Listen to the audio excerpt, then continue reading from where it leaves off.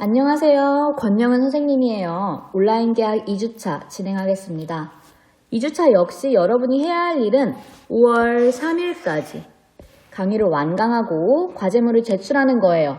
1주차에 예상보다 여러분들이 수업도 열심히 듣고 탐구활동지도 꼼꼼하게 잘 써줘서 선생님이 매우 뿌듯했답니다. 어떤 친구들은 과제물을 올릴 때 센스 있게 그리고 약간 과장 포함해서 선생님 목소리 너무 좋아요. 예쁘실 것 같아요. 보고 싶어요. 감사해요. 등등의 이야기를 올려줘서 과제물을 하나하나 확인할 때마다 기분이 매우 좋았답니다. 이번 강의도 20분 정도로 짧게 끊어줄 테니 선생님의 이 깊고 따뜻한 마음을 헤아리며 이번 강의도 열심히 들어주세요. 자, 저번 주에는 갈릴레이의 사고실험 따라하기 활동을 해봤습니다. 갈릴레이의 사고실험을 통해 우리는 진공 상태에 있으며 물체를 자유낙하시켰을 때 질량과 상관없이 동시에 떨어진다는 것을 알아낼 수 있었어요. 이번 시간에는 활동 2, 자유낙하하는 공의 운동과 수평 방향으로 던진 공의 운동을 비교하는 활동을 할 거예요. 자, 교과서 21쪽과 강의 밑에 첨부한 과제물인 탐구활동지를 준비해 주세요. 이번 과제물은 5월 3일까지 과제물 제출 게시판에 2주차에 업로드 하시면 돼요. 먼저 이번 활동의 과정을 같이 살펴볼까요? 첫 번째, 공을 자유낙하시키고 동영상 촬영 장치를 이용하여 자유낙하하는 공의 운동을 촬영한다. 두 번째, 공을 수평 방향으로 던지고 과정 1과 같이 공의 운동을 촬영한다. 자, 첫 번째는 위에서 아래로 일직선으로 떨어뜨리고 두 번째는 물체를 수평 방향으로 떨어뜨려서 카메라로 촬영한다는 이야기예요. 촬영을 할 때에는 여러분의 핸드폰에 있는 슬로우 모션 기능을 이용하면 좋겠죠. 슬로우 모션을 이용해 촬영한 후 일정한 시간 간격으로 캡처를 해서 공의 운동 모습을 살펴봐야 합니다. 그런데 사실 집에서 삼각대를 설치해서 촬영을 준비하고 또 물체를 떨어뜨리고 하는 과정이 많이 어렵잖아요. 학교에서라면 해볼 수 있을 텐데 그래서 실험 영상을 가져왔습니다. 아쉽기도 하지만 좋기도 하죠. 그냥 여러분은 이 영상을 보고 실험의 과정과 실험의 결과를 이해한 후 탐구활동지에 정리하기만 하면 돼요. 그런데 나는 직접 실험을 해보고 싶다 하는 학생은 집에서 한번 해보아도 됩니다. 영상으로 실험의 과정을 같이 살펴봅시다.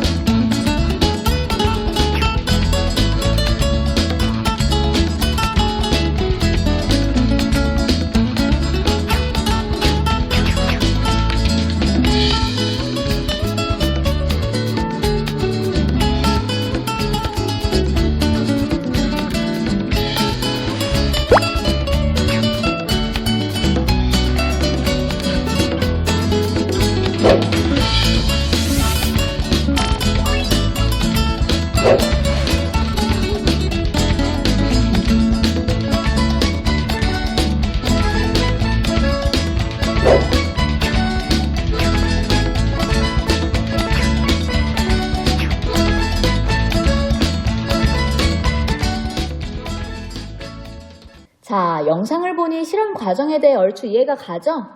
공을 던져 촬영한 후에 이 영상 분석 프로그램을 이용해서 공의 위치를 일정한 시간 간격으로 한 화면에 나타나도록 한 다음 종이에 인쇄합니다. 그리고 자유낙하하는 공의 위치를 색지 위에 표시하고 색지에 표시한 부분을 잘라서 그래프에 차례대로 붙이는 거예요. 이 과정을 수평 방향으로 던진 공의 모습에도 똑같이 적용하는 겁니다. 한 가지 다른 점은 자유낙하하는 공은 이렇게 위에서 아래로 떨어지잖아요. 그럼 이 연직 방향, 위에서 아래로인 연직 방향으로만 그래프를 완성하면 되는데 수평 방향으로 던진 공 같은 경우는 이런 식으로 떨어질 거 아니에요? 그쵸? 이 수평 방향으로 던진 공 같은 경우는 위에서 아래로인 이 연직 방향뿐만 아니라 수평 방향까지 그래프를 완성해야 한다는 점이에요. 자, 같이 탐구활동지를 봅시다. 이 그림이 자유낙하 시켰을 때의 실험 결과고 다음 장의 이 그림이 수평 방향으로 던졌을 때의 실험 결과예요. 사실 처음에 여러분에게 과제물을 제시하려 할 때는 완성해야 하는 이 그래프를 다 빈칸으로 두었었는데 여러분들이 과제물을 제출할 때 그래프를 직접 완성해서 제출하라고 하면은 종이를 인쇄해서 자르고 붙이고 사진 찍어 올리고 하는 과정이 너무 번거로울 것 같아서 그래프는 이렇게 답을 채워놨어요. 슬프죠? 그래도 해보고 싶은 사람은 이 탐구활동지를 인쇄해서 표시해보고 각자 그래프를 완성해보면 뜻깊은 시간이 될 것 같아요. 자, 같이 실험 결과를 살펴봅시다. 자유낙하하는 공을 일정 시간 간격으로 촬영하면 이렇게 떨어진대요. 공의 아랫부분을 기준에 맞춰서 색지에 표시를 하면 되는데 같이 표시를 해보면 처음 시작. 자, 그 다음에 여기 이렇게 표시할 수 있겠죠? 파란색 색지 위에다가 이렇게 표시를 한 후에 이걸 이제 파란색 종이를 자르는 거예요. 자른 다음에 이 아래에 있는 그래프에 옮겨 붙여야 하는데 짜잔! 선생님은 이렇게 미리 잘라놨어요. 잘 보일지 모르겠는데 이렇게 미리 잘라놨거든요. 수작업이라 조금 삐뚤삐뚤해요. 이해해주세요. 자, 첫 번째 자른 조각을 여기다가 그래프에다 이렇게 옮겨 붙이는 겁니다. 그 다음에 두 번째도 여기다가 옮겨 붙이고 세 번째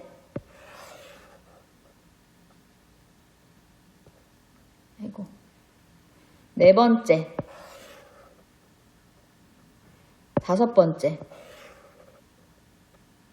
이렇게 옮겨 붙이면 이런 그래프가 완성돼요. 이 그래프를 보았을 때 가로축과 세로축은 각각 어떤 물리량에 해당할까요? 가로축은 뭐라고 생각해요? 가로축은 시간이겠죠. 첫 시작점이 공을 처음 던진 시점이고 오른쪽으로 갈수록 시간이 지남을 나타내니까요. 자, 그럼 세로축은 무슨 물리량을 뜻할까?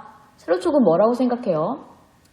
이 시간 동안 이만큼 이동했고 이 시간 동안 이만큼 이동했고 여기도 이 시간 동안 이만큼 이동했고 했으니까 이동 거리인가? 이렇게 생각할 수 있어요. 그런데 이동 거리가 아니에요. 왜 그럴까요? 이 세로축이 이동 거리가 되려면 출발점에서부터의 거리를 나타내야 돼요. 그러니까 이 공 같은 경우는 이만큼 이동했죠. 이 공은 출발점에서부터의 거리니까 이만큼. 이 공은 출발점에서부터의 거리니까 이만큼. 여기는 출발점에서부터 거리니까 이만큼을 나타내야 이동 거리인데 우리가 이 그래프에 색지를 옮겨 붙일 때는 출발점에서부터의 거리를 옮겨 붙인 게 아니고 이거는 이만큼, 여기는 이만큼, 또 여기는 밑에는 이만큼 부분을 잘라서 옮겨 붙였잖아요. 그렇기 때문에 이동거리가 아니고 이 세로축은 속도를 의미합니다. 속도는 일정한 시간분의 이동거리잖아요. 그렇기 때문에 세로축은 속도에 해당한다. 이해가 가나요? 이것이 탐구활동지의 첫 번째 물음에 대한 답이에요. 자, 지금까지 첫 번째 물음에 대한 답을 한 거예요. 그래서 가로축은 시간에 해당하고 세로축은 속도에 해당한다 라고 했고요. 두 번째 물음을 같이 보면 자유낙하하는 물체의 운동에서 그래프에 나타난 특징은 무엇인가? 이 그래프를 보면 동일한 시간 동안 이동한 거리, 그러니까 즉 속도가 어떻게 되고 있어요? 일정하게 증가하고 있다라는 걸 그래프를 통해서 살펴볼 수 있어요. 이 그래프의 가운데에다가 이렇게 점을 찍어서 쭉 선으로 연결해 보면 증가하는 이 기울기가 어때요? 증가하는 기울기가 일정하죠. 따라서 증가하는 속도인 가속도가 일정하다.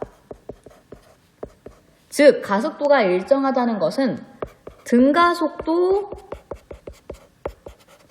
운동을 한다 라고 할 수 있어요.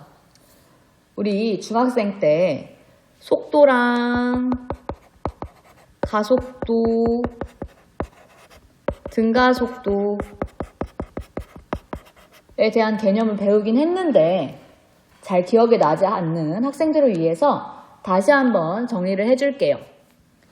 자, 속도는 우리 약자로 V 이렇게 표시하고요. 속도는 시간분의 거리, 가속도는 이렇게 A라고 표시하고요. 가속도는 단위 시간 동안 속도가 얼마나 변하느냐, 속도 변화량을 뜻합니다. 이거를 다르게 표시하면은 시간 동안 속도 변화량이라는 것은 나중 속도에서 처음 속도를 뺀 것으로 표시할 수 있어요. 자, 그래서 가속도의 개념은 이렇다라는 거. 단위를 한번 살펴보면은 속도의 경우 시간은 보통 S로 표시하죠. 이 시간은 초 단위 중에서 초를 이제 영어로 세컨드라고 하거든요. 여기 앞 글자 S를 따서 S라고 표시를 하고, 거리는 미터에 앞 글자 M을 따서 M. 그래서 속도의 단위는 미터 퍼 세크 이렇게 표시합니다. 그럼 가속도의 단위는 어떻게 되느냐? 자, 가속도의 단위는 자, 시간 우리 S로 표시할 수 있겠죠? S 이렇게 표시하고, 분자는 나중 속도 빼기 처음 속도. 그러니까 결국 단위도 속도에 대한 단위겠죠. 속도 단위 뭐였어요? 이 미터 퍼 세크였죠? 여기 위에다가 미터 퍼 세크 이렇게 표시하면 됩니다. 그럼 가속도의 단위는 결국 어떻게 되느냐? S분의 미터 퍼 세크니까 미터 퍼 세크 제곱, 이것이 가속도의 단위가 되겠죠. 다시 자유낙하하는 물체에 대해 살펴보면 아까 그래프 어떻게 완성했어요? 가로축이 시간이고 세로축이 속도인데, 속도가 일정하게 증가하는 등가속도 운동을 한다고 했어요. 자, 낙하하는 물체에는 지구 중력에 의해 생기는 가속도인 중력 가속도, 이 중력 가속도가 일정하게 영향을 주는데, 이 중력 가속도의 값은요 9.8 미터 퍼 세크 제곱이에요. 가속도의 단위니까 미터 퍼 세크 제곱 이렇게 쓸 수 있죠. 이 가속도가 9.8 미터 퍼 세크 제곱으로 일정한 등가속도 운동이 자유낙하하는 물체에 나타난다 라는 거죠. 이거를 다르게 표현하면은 자유낙하하는 물체의 속도는 매 초마다 속도가 9.8m/s씩 빨라진다 라고 할 수 있고요. 이때 공기저항이 없다면 자유낙하하는 물체는 무겁든 가볍든 질량과 상관없이 떨어진다 라는 거 기억해두면 좋겠죠. 이제 수평 방향으로 던진 공의 그래프를 완성해 봅시다. 이 자유낙하하는 공의 운동과 마찬가지로 공의 끝부분에 기준을 맞춰서 자르면 되는데, 이 수평 방향으로 던진 공 같은 경우는 연직 방향 그래프랑 수평 방향 그래프 두 그래프를 완성해야 된다고 했어요. 연직 방향 먼저 해보면 맞춰서 이렇게 자를 수 있고, 두 번째 공은 여기에, 여기는 이렇게, 또 이렇게, 여기는 이렇게 자를 수가 있어요. 자, 이것도 마찬가지로 선생님이 이렇게 다 잘라놨는데 옮겨보면은 첫 번째 거, 두 번째 거, 세 번째 거, 네 번째 거, 다섯 번째 거. 이렇게 완성할 수 있고요. 그 다음에 수평 방향으로의 그래프도 완성을 해야겠죠. 수평 방향은 여기 이 끝부분에 맞춰서 이렇게, 여기도 이렇게, 이렇게,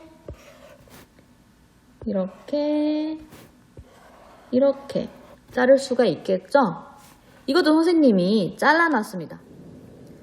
이 잘라놓은 것을 이제 그래프에 옮겨야 하는데 이렇게 눕혀져 있잖아요. 그래서 이거를 세워서 옮겨야 돼요. 그래서 이렇게 돌려서 옮겨보면은 첫 번째, 이것도 마찬가지로 돌려서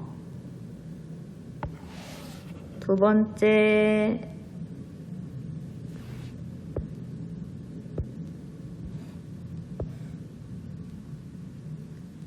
세 번째,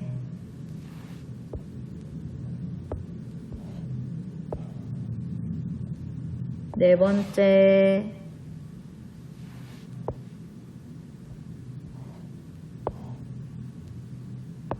다섯 번째. 좀 오래 걸렸죠? 수평 방향에 대한 그래프는 이렇게 완성할 수 있어요.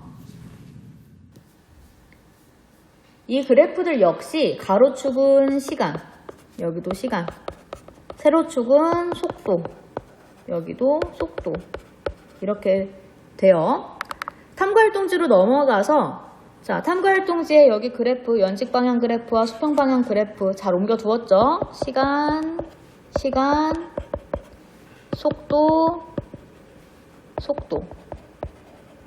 세 번째 물음을 봅시다. 수평 방향으로 던진 물체의 운동에서 연직 방향 그래프와 수평 방향 그래프에 나타난 특징은 무엇인가? 자, 연직 방향 그래프는요, 아까 여기 자유낙하하는 물체의 운동 그래프와 같은 그래프가 나타났죠. 그 다음에 수평 방향에 대한 그래프를 살펴보면은 수평 방향은 어때요? 시간이 지나도 속도가 일정하죠. 그래서 수평 방향은 등 속도 운동을 한다라고 할 수 있어요. 그러니까 연직 방향은 등가 속도 운동을 한 것이고 수평 방향은 등 속도 운동을 한 것이다 라고 할 수 있습니다. 자, 이제 탐구 정리를 보면 자유낙하하는 물체와 수평 방향으로 던진 물체의 공통점과 차이점을 써보고 그 까닭을 서술해 보자 라고 되어 있어요. 어떻게 적을래요? 이 부분은 위에 적은 답을 바탕으로 충분히 여러분들이 적을 수 있으므로 여러분들이 지금 바로 한번 정리해 보시기 바랍니다. 여러분, 오늘의 수업은 여기까지인데요. 선생님이 저번 주에 여러분들이 수업 듣는 것을 계속 지켜봤는데 수업은 미리 들어놨는데 과제는 나중에 올리는 친구들이 많더라고요. 수업을 듣고 나서 며칠 후에 과제를 올리려면 올려야지 했다가도 다른 과목 듣느라 까먹고 또 나중에 귀찮아지잖아요. 그러니까 지금 강의를 종료한 순간 바로 과제물을 제출하면 번거로운 일이 줄어들 것 같다는 생각이 드네요. 그리고 선생님이 여러분이 올린 과제물마다 확인하고 댓글 다는 거 아시나요? 가끔 학번을 잘못 적었다던가 필요한 부분에는 이제 피드백을 해주던가 이렇게 하니까 궁금한 사람들은 자신이 올린 게시물을 한번 확인해 보세요. 이번 주도 화이팅! 수고 많았습니다.